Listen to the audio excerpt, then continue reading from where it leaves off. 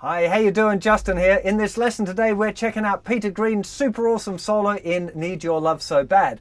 Now what I'd really recommend that you do here is try and transcribe it yourself before doing this lesson.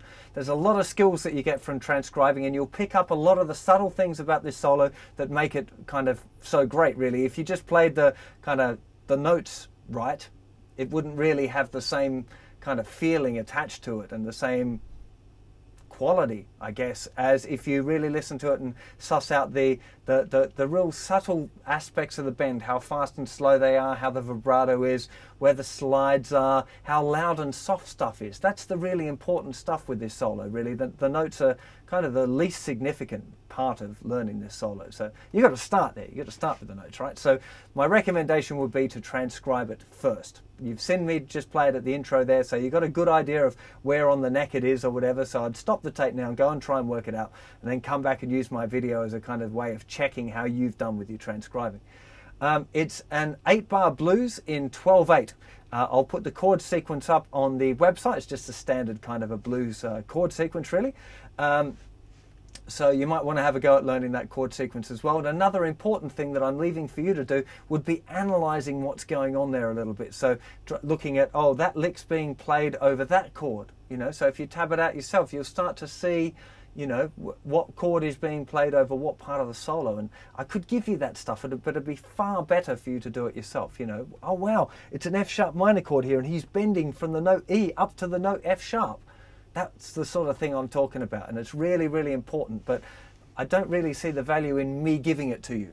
You know, it'd be a lot better to work out for yourself. This solo is a simple one. There's nothing harmonically complicated going on. It's all kind of chord tones and major and minor pentatonics. So have a look at doing that one for yourself too. So let's get to a close-up and check out this solo. Okay, one lick at a time now. So the first lick is this. Starting off here with the first finger on the 9th fret of the 3rd string, second finger in the 11th fret, same string, first finger 10th fret on the 2nd string, and a tone bend with the 3rd finger from the 12th fret, with a dip and then a little vibrato.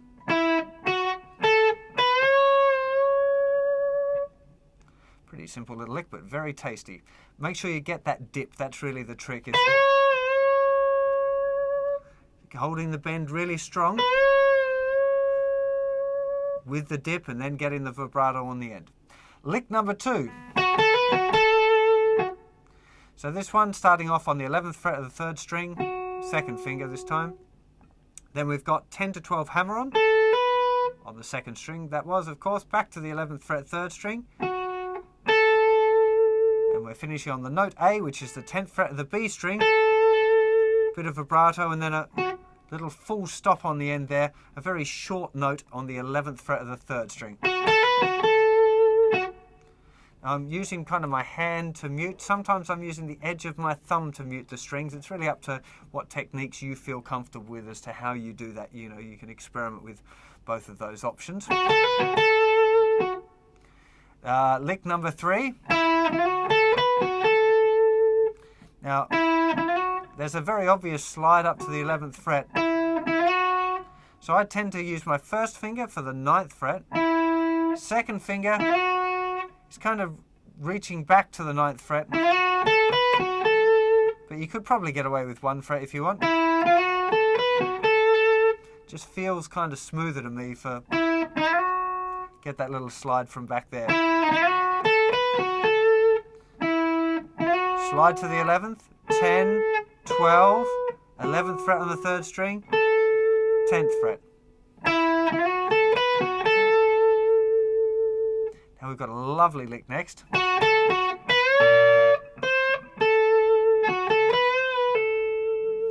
Now, little kind of intro to the lick really. Just 11th fret, 10th fret, 11th fret. Then we've got a tone and a half bend, which will take us to 15th fret.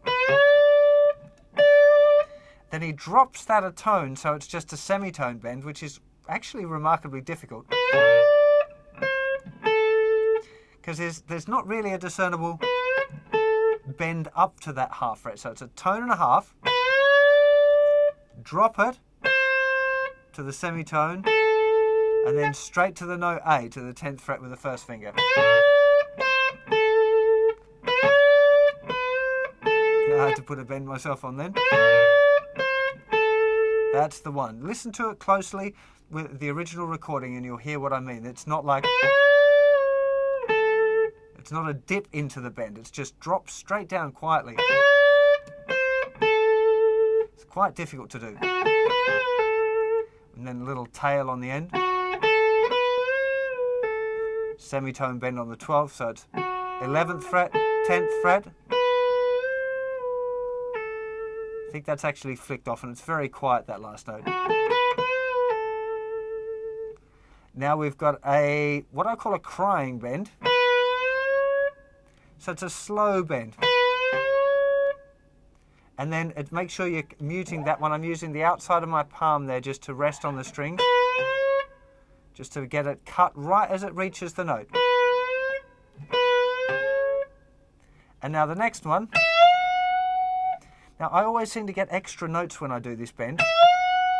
I use the edge of my thumb there to mute those, all of the strings from the second string down.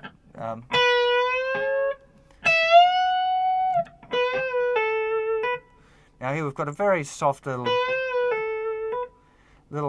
semitone bend from the 12th fret, second string, 10th fret, and then the little 12th fret there's a little hammer on, and then released.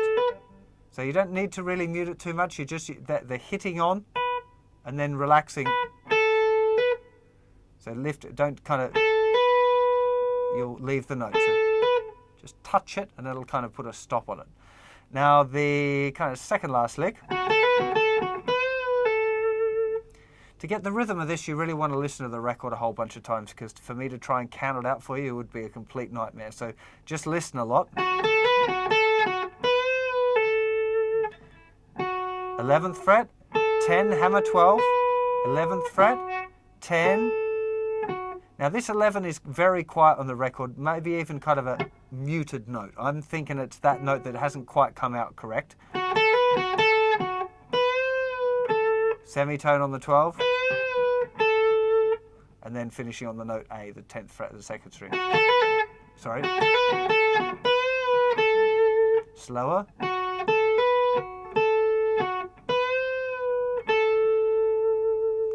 Now we've got this last little lick here. It's a very cool one. It's using, this is part of it, kind of the top part of a D bar chord, because the chord is D being played by the band. It's D, which is 5th fret on the thinner string, 7th fret on the second string. Move that up 3 frets. And this is actually now part of a D7 chord. Then the same shape steps up with the first finger in the 10th fret, from 10th to 11th to 12th, which leads to A7 chord up here. Very clever. So D to an A. Lovely stuff. And that slides off there at the end. Just once through without the backing, real slow.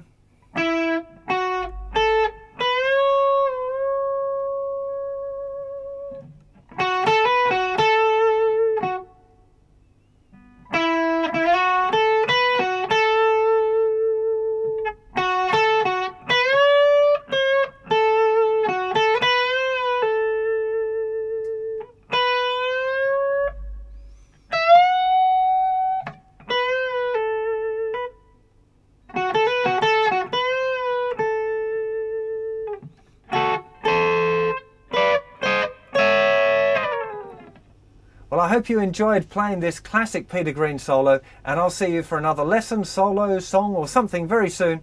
Take care of yourselves. Bye-bye.